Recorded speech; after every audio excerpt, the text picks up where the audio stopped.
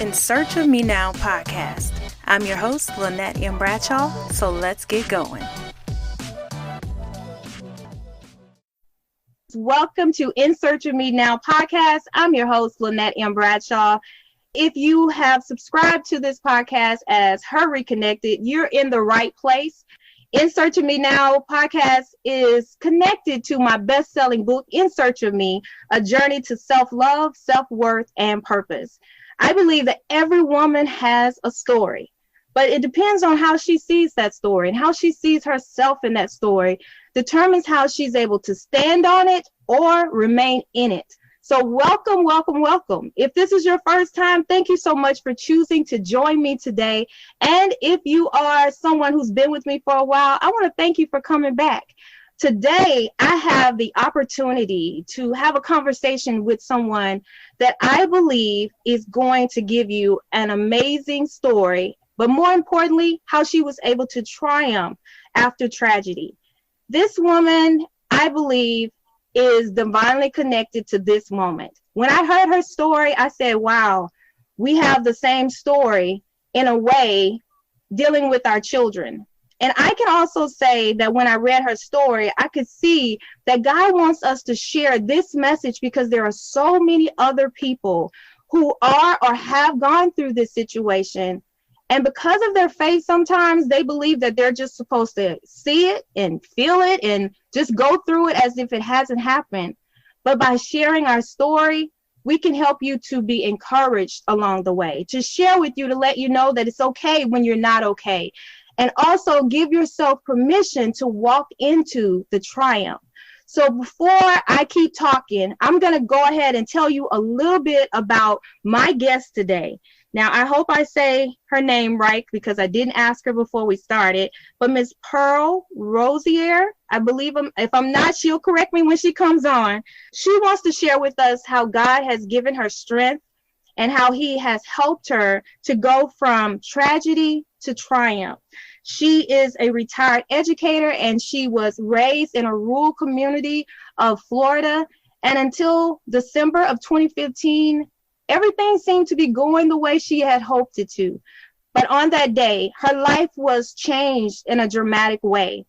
And she had to choose how she wanted to get through that process. So I'm going to go ahead and bring her on and stop talking and letting y'all just hear my voice because I want to introduce you to Ms. Pearl Roziers. Hey, Pearl. Hello, Lynette. How are you on this beautiful evening? I'm good. How are you? I'm just great. Thank you. Good. I'm so appreciative of you being here with me today. And did I pronounce your last name correctly? Well, it's actually Roziers. It is Roziers. Roziers. Yes. Oh, okay, good. Sorry about that.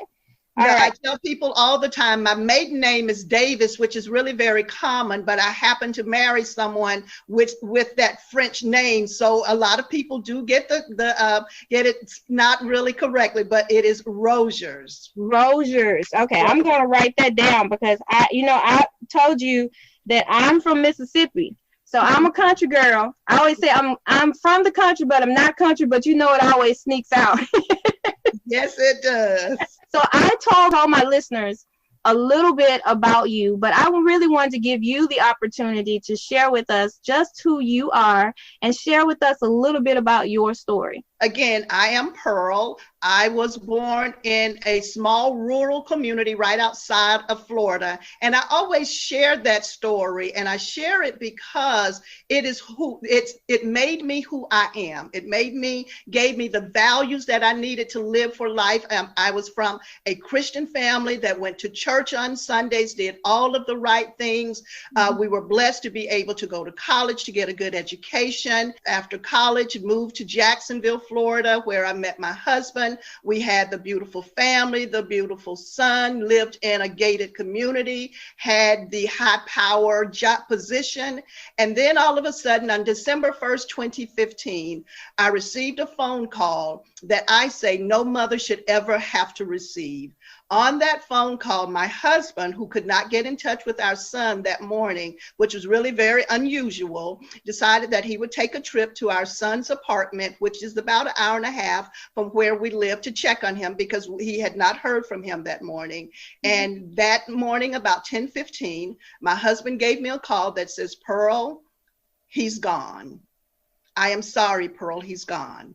So my first question was, gone where? Because I knew my son was a traveler. So what are you talking about, gone? And when I heard my husband's voice crack, I knew then at that moment what he meant. And so on that day, December 1st, 2015, my life changed forever, because what it meant for me is that not only had I lost my child, but what happened with us is he was our only son, our only beloved child. So on that day, I had to say, God, what is the purpose? What am I to do? How am I to do? And how will I get through this? And it completely shaped and moved me into an area of somewhere I never thought I could go. So that is the start of the story. And from there, God just began to move because I had to find, where do I get the strength, God, to now say, it is okay for me to be okay from this, because regardless of what people may think, yes, I grew up in a Christian family. I will tell you, and I stand on it, that I don't know anyone that is more rooted and grounded in the Word of God than Pearl Roziers. So God, how do I get through this? And God had to remind me, the same way, Pearl, that I brought you through so many other things. Yes, they may not have been as tragic, as traumatic, but the same way that I carried your hand and guided you through all of those others, I am here for you. If you are willing to do the work that it takes. And I have a saying where I say there are a lot of us that want the results. Yes, we want the results of all of the material things and all of those things. But when we start looking at the results of life, the things that make us who we are, if we want those things, we have to be willing to do the dirty work to make it happen. And transforming the life that I knew God would have for me was dirty. It was work. It was uncomfortable.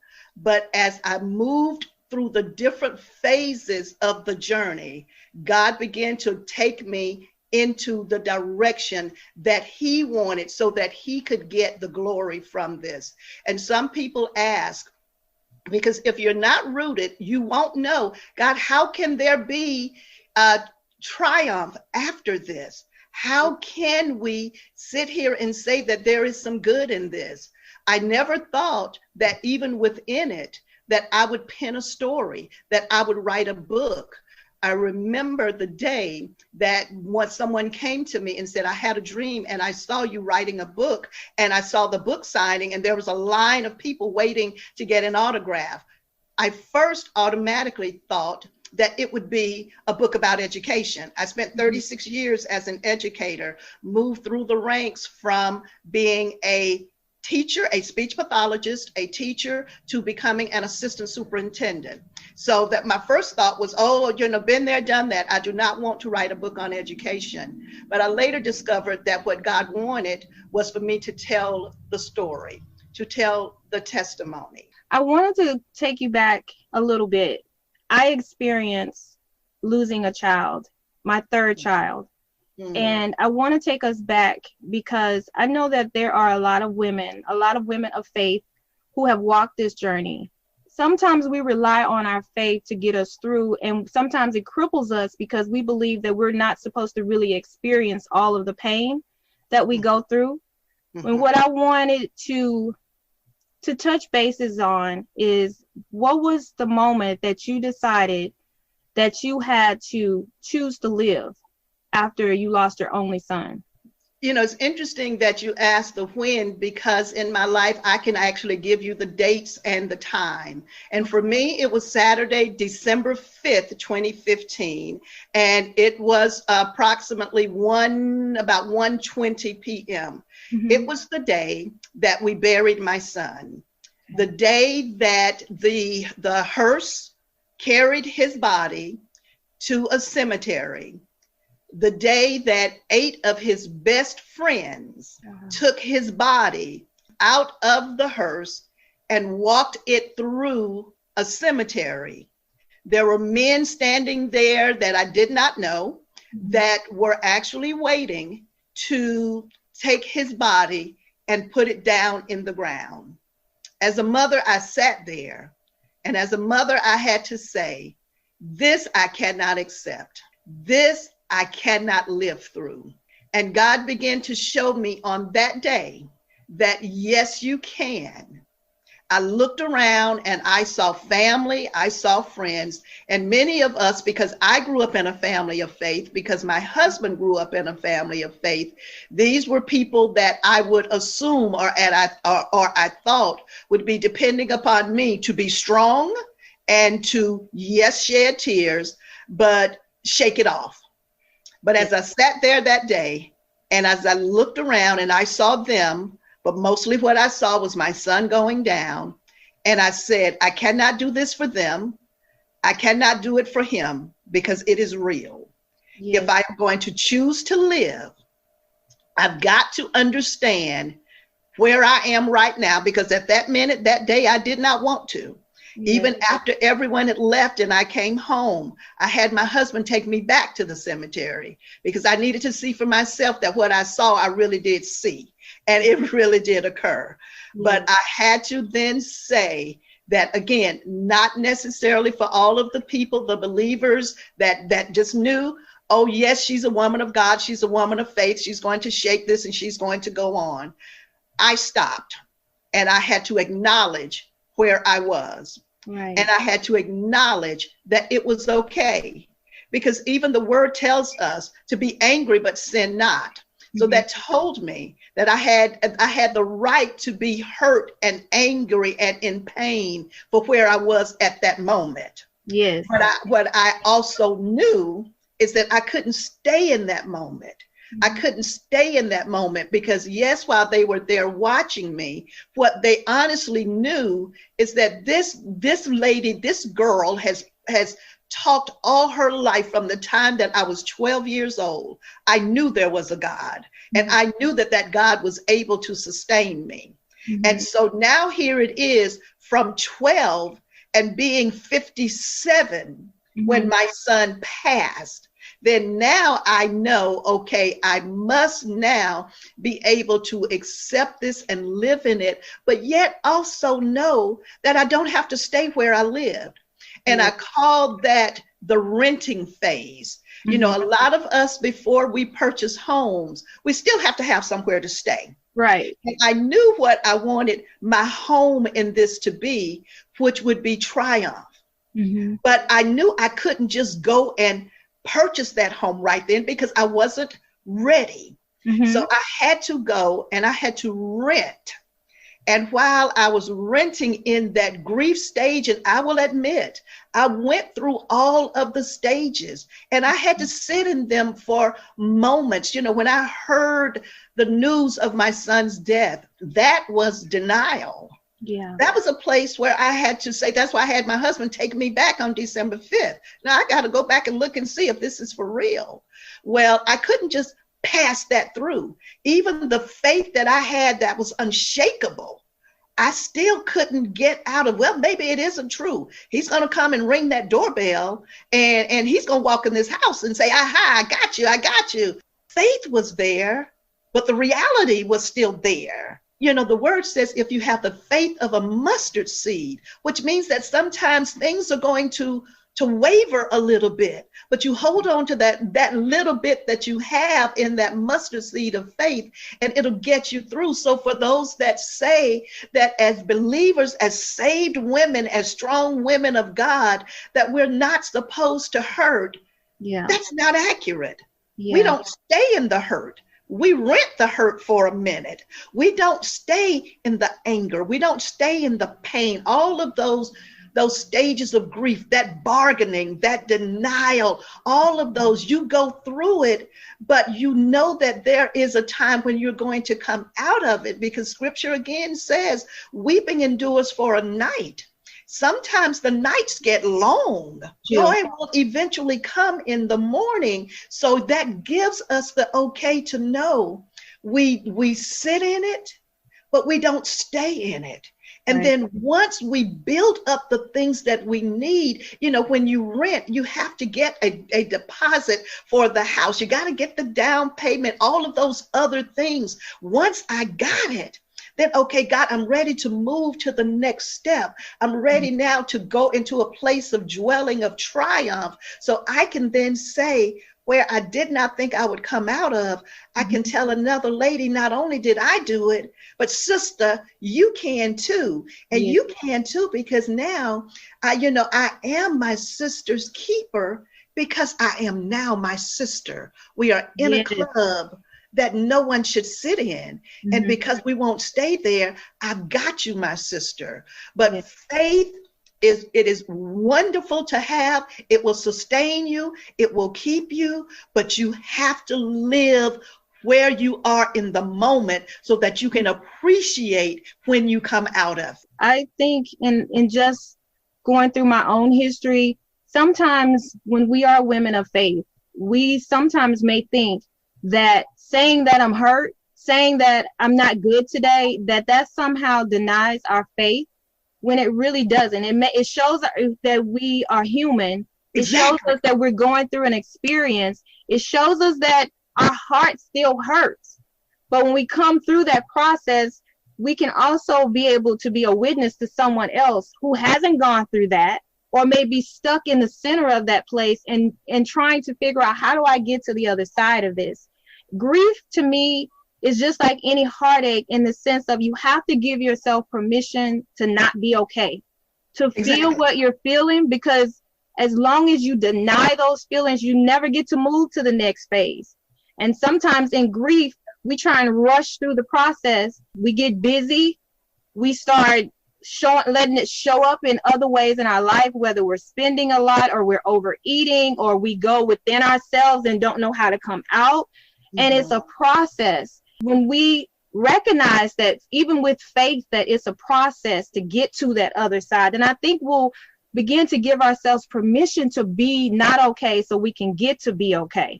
Exactly. And what we as women have to understand is that when we don't go through the natural, it really is denying. And because grief, to me, equates to love. If I didn't love my son, I wouldn't hurt so badly.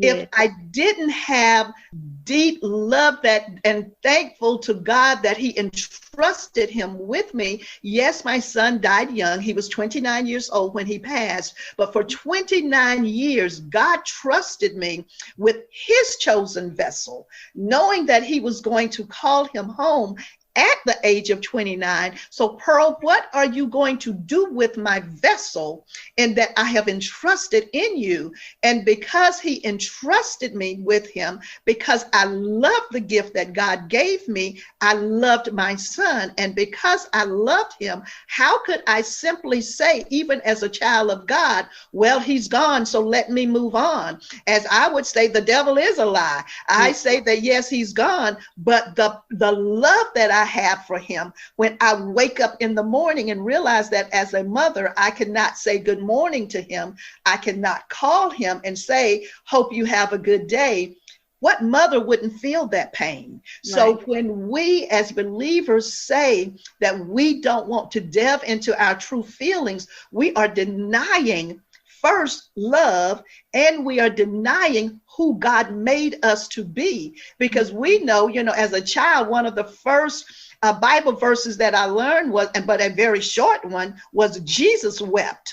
And if Jesus, the Son of God, could weep, then certainly I too can follow in his footsteps and follow his lead and say, because I love this child, I will weep and I will continue to weep, but that weeping endures for the night. And then the joy of realizing, God, he was a gift. God, he gave, and because he gave, I'm going to do the same thing. But when we deny as believers our love and our feelings, I believe that we are denying who God made us to be. And that to me is more ungodly than saying, I'm sad because my child is gone. Yes, absolutely, absolutely.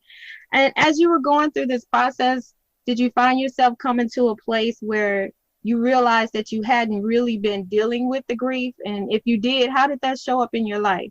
It showed up really in a lot of ways because I was working when my son passed. So that helped to take my mind off of things. My husband and I had decided to retire together in 2017, which was about 2 years. Actually, it was 18 months after our son passed. So now I am home. I am retired. I am sitting. I am going back, looking in his room, realizing that, Pearl, your son loved you so much that it is not a joke, that the doorbell is not going to ring. What are you going to do? So the first thing I did was I found myself being busy in those idle moments, because we know that an idle mind is the devil's workshop. Yes. Even being a believer with faith. Yes. That idle mind of now I'm sitting here, I'm not going to work, I'm not telling other people what to do, other people aren't telling me what to do, so the mind becomes idle. So I started keeping the mind busy by keeping the body busy and keeping the hands busy.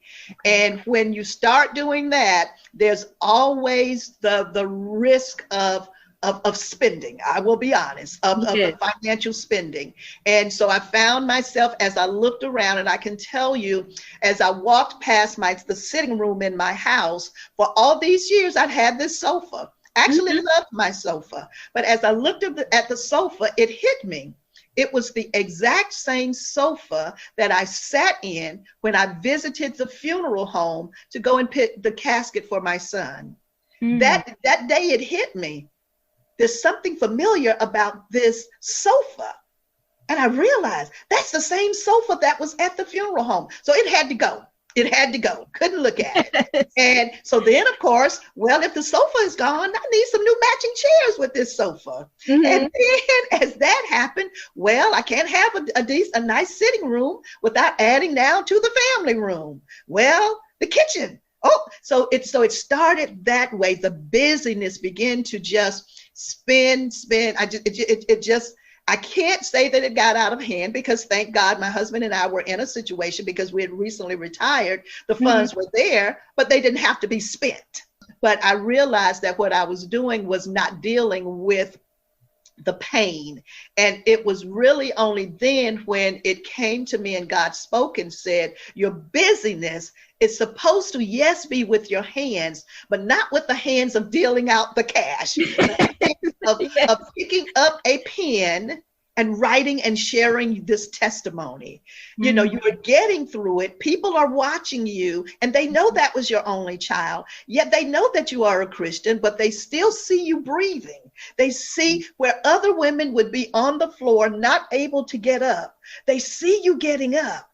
Tell it. And I had to say, but God, how dare you? I am beginning to breathe. Yes, I'm busy, but the busy is keeping me going. When you're telling me to pick up an ink pen and start writing, you're taking me back to December 1st. We're now 18, 19 months into this.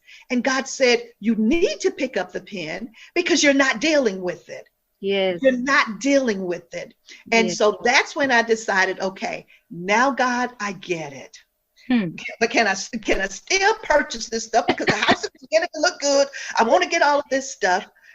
But he had to reshape what I was doing, because he wasn't getting the glory out of it. And others were not being blessed out of it. So, but that was the start of it for me. But it was in the wrong way, because it was the hands of the pen and typing instead of the spending. That is powerful.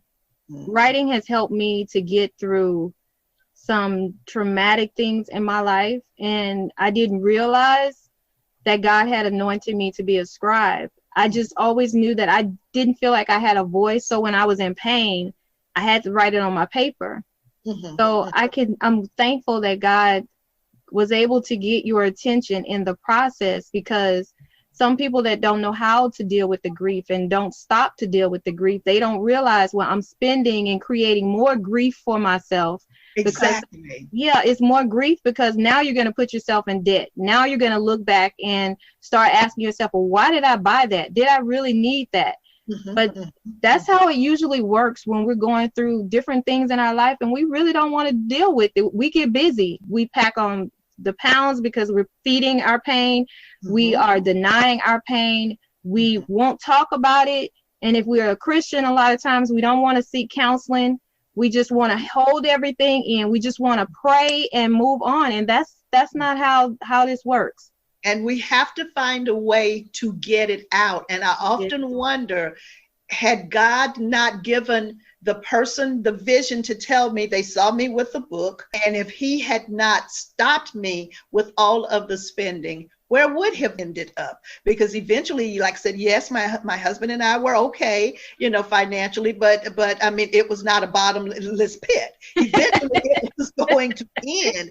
And if God had not said to me, this is going to be your avenue, and had not said, you must stop, because once I looked around, that yes, I had the new kitchen. Yes, I had all of this new stuff. But you know what? The pain of still waking up and realizing that the doorbell was not going to ring, he was not going to come in, was not going to be satisfied through all of these material things. It could only be satisfied when I obeyed God and did what he wanted me to do. And then once I began to say, okay, God, then I understand, I'm going to pick up the pen. But I actually thought it was more so for journaling, because after all, who would want to hear about a mother losing her only child and the craziness and things that she went through to keep living? But as I began to just tease God, pacify God, he wasn't satisfied. He wasn't going to have it. And I actually went to a book signing one day of someone that I did not know. It was pouring rain, but I needed to get out of the house because like I said, I couldn't buy anything. So let me just go somewhere. And the person just looked at me and said that there's a book inside of you, and God is going to hold you accountable for every assignment that he has given you. That scared me, because I knew then that God, in order for me to heal, this book is going to be the process. I didn't want to do it because I didn't want to pick it up. God, I am trying to live through this. How dare you say, Pearl, go back to December 1st. But it saved me. And not only did it save me, as the book was published and God began to connect me with people, because what I was doing in my walk is I was being selfish, and it was all about me because it was my only child. And that's what the purchasing and the finance and buying all of the things were doing. They were pacifying me. But God showed me, Pearl, there's loss all over this world. That was your beloved child. And yes, there is pain in that. But do you know that there are women that when their husbands walk out on them, that is grief. That is a loss. They must deal with that. For the children who now are having to now raise their parents because of disease with Alzheimer's and dementia, they've lost the parent that they knew. This is a loss for them. Although that person has not left, the person that raised them is no more. So God even took me into a whole different light of grief and loss. I almost stopped calling it loss, but I started calling it the it's of life. When you are going on about your day and everything that you think is going great, then you get a phone call, you get a knock on the door, and it happens. Yes. That rocks and shapes your life. How do we deal with the it's and the struggles of life? So the book then began to change into it. It's called Face It. Life is a journey. Face it. Yes. Whatever the it's of your life is. Yes. Because this life is it's a journey. And if you face it, you can triumph over the tragedy that hits you. When my baby passed, he passed 2.5 hours after he was born. And for many years, I would hear of other women who had lost their children, and I would be quiet because I told God, I said, well, my baby died 2.5 hours after. These women have had to bury adult children, teenage children. And he had to remind me that you still have to give voice to your pain because somebody needs to hear that. Exactly. Somebody needs to hear your story. And you said that you were selfish at a point, but sometimes we have to be selfish in order to get where we need to be, because God, Exactly. he used that moment of selfishness, everything you were going through, to birth something so powerful that not only did it help you to heal, but now there are other women who has something in their hands that can say, well, she got through this and God helped her through this. He can do the same for me. But when you first saw it, it looks so hard because you realize that in order for you to heal, you have to go back. And it's like it pulls you back to propel you forward. Exactly. In the words, I'm blessed to know that God uses some of the hardest things in our life that we don't think we can possibly get through. And he uses that to transform our lives, heal our heart, and speak to the sister next to us who feels like, I'm all alone in this.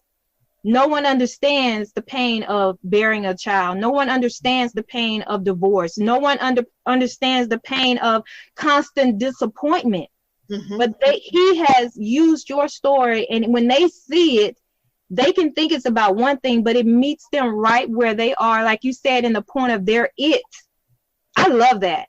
Yeah, the it's, and even as you, a mother that lost a child so suddenly and so fast, the it in that is, as a mother, I got to see my child graduate from high school. I got to see him graduate from college. I got to see him live a fruitful life, although only for 29 years. But there are mothers that never got to see that. So my pain and support for that mother is just as powerful and just as strong as it would be for that mother that got to see their child and for until age 29 like I did. Yeah. So my it does not overshadow your it. What my it does is allows me to pour into you and say, look, my sister, we too have something that we can give to each other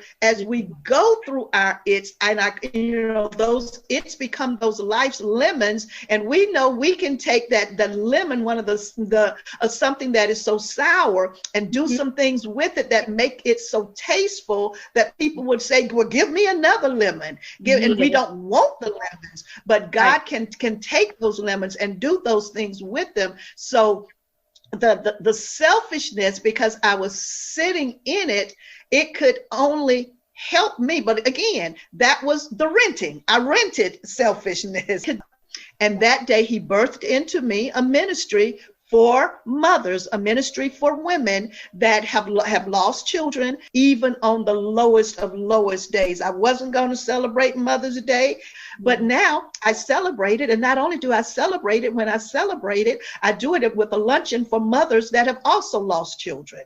And it's called Pearls for Pearls, which is where we do the luncheon. We give back to mothers, just as my son gave to me. He gave me gifts of pearls every year for Mother's Day. So through the Pearls for Pearls luncheon, every mother gets a gift of pearls.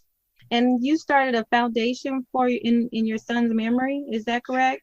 Yes, we did.